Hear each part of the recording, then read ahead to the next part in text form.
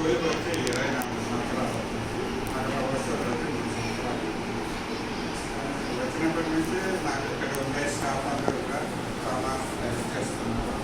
ఇప్పుడు 4 సంవత్సరాలుగా నాకు చేయి కొంచెం సేక్ అవుతుంది. కానీ ఈసారి ఆర్డినెన్స్ రాసేది కానీ ఎవరు ఏ వర్క్ చెప్పినా కానీ కాదన్నారు. అందరూ నాకు హెల్ప్ చేసి ఇంత మంచి స్టాఫ్ వదిలిపెట్టి పోయాను. చాలా కష్టంగా ఉంది. కానీ మీరు ఫ్యూచర్లో అందరూ సంతోషంగా బాగుండాలని దేవుని ప్రార్థిస్తున్నాను.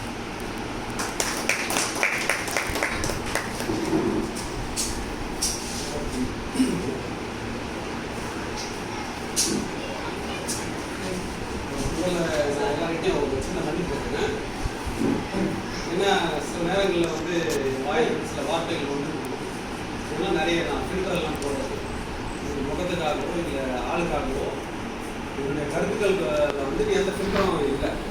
அதனால் யாருக்காவது மனசு வருகிற மாதிரி பேசியிருந்தா தயவு செஞ்சு இப்போ ஐயா சொல்லியிருந்தாங்க சந்தோஷமாக போகணும். உண்மையிலேயே வந்துட்டு சந்தோஷமாக தான் இந்த நேரத்தில் வெளியில் போகணும். ஏன்னா நான் வந்து இந்த எஜுகேஷனில் வந்துட்டு 24 வயசில் வந்து இந்த செட்டப்புக்குள்ள வந்தேன். கிட்டத்தட்ட 36 வருஷம் சர்வீஸ், 18 வருஷம் ப்ரைவேட் செக்டார், 18 வருஷம் கவர்மெண்ட் செக்டார். அங்கிருந்து இங்கே உள்ளே வந்த பிறகு அந்த மாணவர்களுடைய தரம் அல்லது சொல்லிக் கொடுக்குறது, இந்த ரிசல்ட்டு, அவங்க பழக்க வழக்கம் நாளுக்கு நாள் வந்து மோசமாக தான் போயிட்டுருக்கே தவிர அந்த முன்னேற்றம் இவங்க நல்லா வராங்கன்ற அதுக்கான வாய்ப்புகள் அறிகுறிகள் எதுவுமே கிடையாது. ஸ்கில் இனிமேல் வரப்போகிறதுன்றது எனக்கு 100% நல்லா தெரியுது. அதனால தான் வந்து நான் உண்மையிலே வெளியில் போகிறத வந்து மகிழ்ச்சியோட போகிறேன்னு சொல்கிறேன். காரணம் அதான்.